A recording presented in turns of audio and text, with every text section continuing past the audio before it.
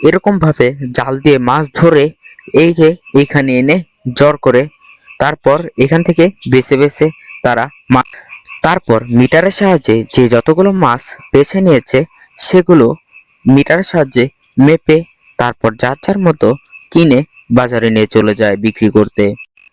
Video করতে করতে এর মাঝখানে আকাশের অবস্থা ভালো ছিল না, হয়েছিল বৃষ্টি, তাই নিচে মাছ ধরা হচ্ছে আর আমি এদিকে ছাতা নিয়ে বসে আছি, তাদেরকে ভিডিও করছি, দেখছি, আবার ওই দূরে জাল দিয়ে মাছ ধরছে সেগুলোও ফলো করছি।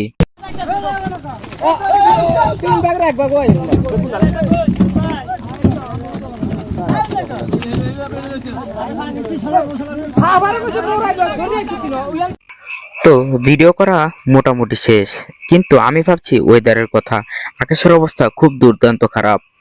তো ভাবছি নদী পথ দিয়ে যাবো, আকাশের এই কি অবস্থা। যাই হোক,